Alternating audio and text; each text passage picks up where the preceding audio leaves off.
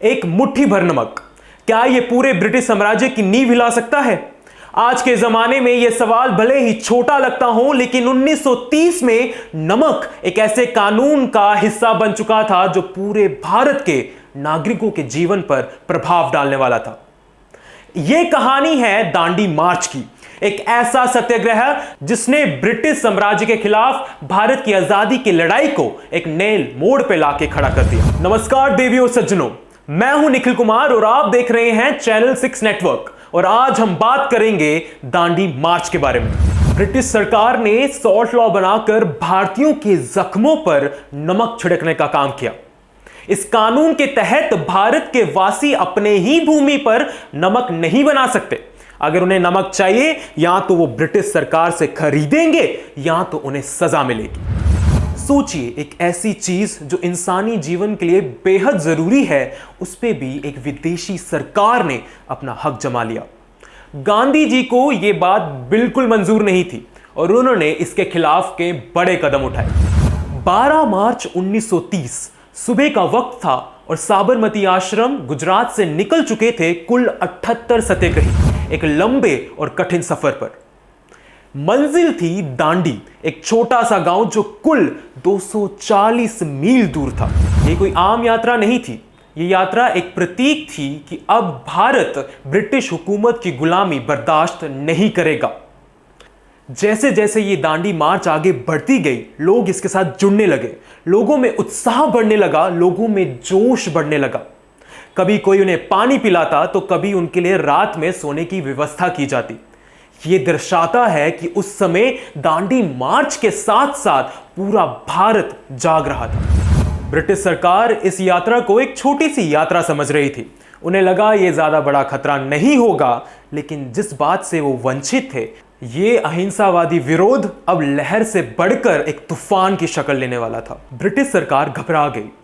कई लोग अब जाके सीधा समुद्र से पानी लेकर नमक बनाने लग गए, तो कई लोग बाजार में नमक का व्यापार करने लग गए, और वो भी ब्रिटिश लाइसेंस के बिना। इसे यूं समझिए कि ब्रिटिश सरकार के इस नमक कानून को अब लोगों ने मानने से इनकार कर दिया था। यह कानून अब सिर्फ कागजों तक सीमित था, जमीन पर नहीं। इस बात का बदला लेने के लिए ब्रिटिश सरकार ने हजारों सत्याग्रहियों को गिरफ्तार करना शुरू कर दिया और गांधी जी को भी जेल में डाल दिया। इसी के विरोध में सारे लोगों ने मिलकर कई बड़े नारे लगाए। लोगों ने मेरा देश मेरा नमक, भारत माता की जय, गांधी जी की जय जैसे नारे लगाकर ब्रिटिश सरकार का विरोध किया। ये दांडी मार्च पूरे भारत देश में सत्याग्रह का प्रतीक बन चुका था। पूरे भारतवर्ष के लोग अंग्रेजी हुकूमत के खिलाफ विरोध प्रदर्शन और जेल भरो आंदोलन करने लगे। अब भारत के लोगों को अंग्रेजी हुकूमत से छुटकारा चाहिए था और भारत के लोग पूर्ण स्वराज की मांग करने लगे। अब ब्रिटिश हुकूमत गांधी जी के सामने निर्बल होते दिख रही थी। अहिंसा और सत्य का ये मसीहा अब लोगों के दिलों पर अपना राज जमाने लग गया। अब गांधी जी को लोग सिर्फ गांधी जी नहीं बल्कि बापू कहकर पुकारने लग गए। ये सब देखकर पूरी दुनिया का ध्यान भारत पर आ गया।